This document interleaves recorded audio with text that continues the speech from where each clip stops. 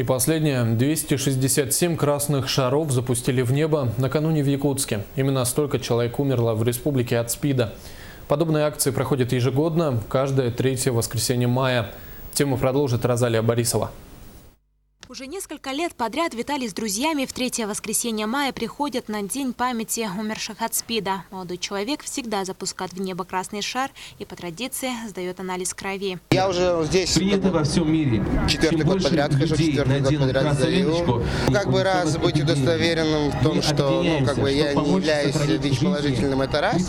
Но и все равно от того, что я слишком в последнее время делал татуировок новых, чтобы тоже быть достоверным в этом.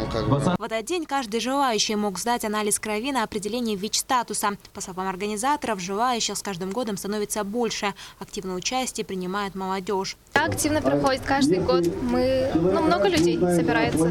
Забор крови, специальную пробирку, и результаты уже узнают по номеру через 2 дня.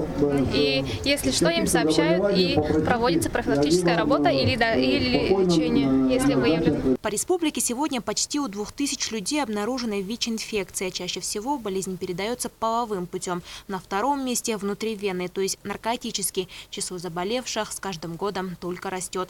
Сейчас поставлена задача, 90, 90 и 90. Первое 90 – это 90% населения должно знать о своем ВИЧ-статусе.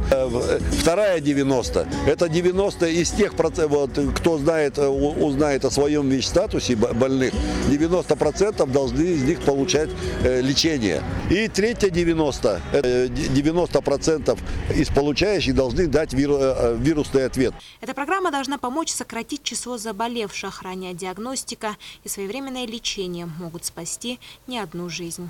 Розалия Борисова, Василий Соловьев, НМК Саха, Якутск.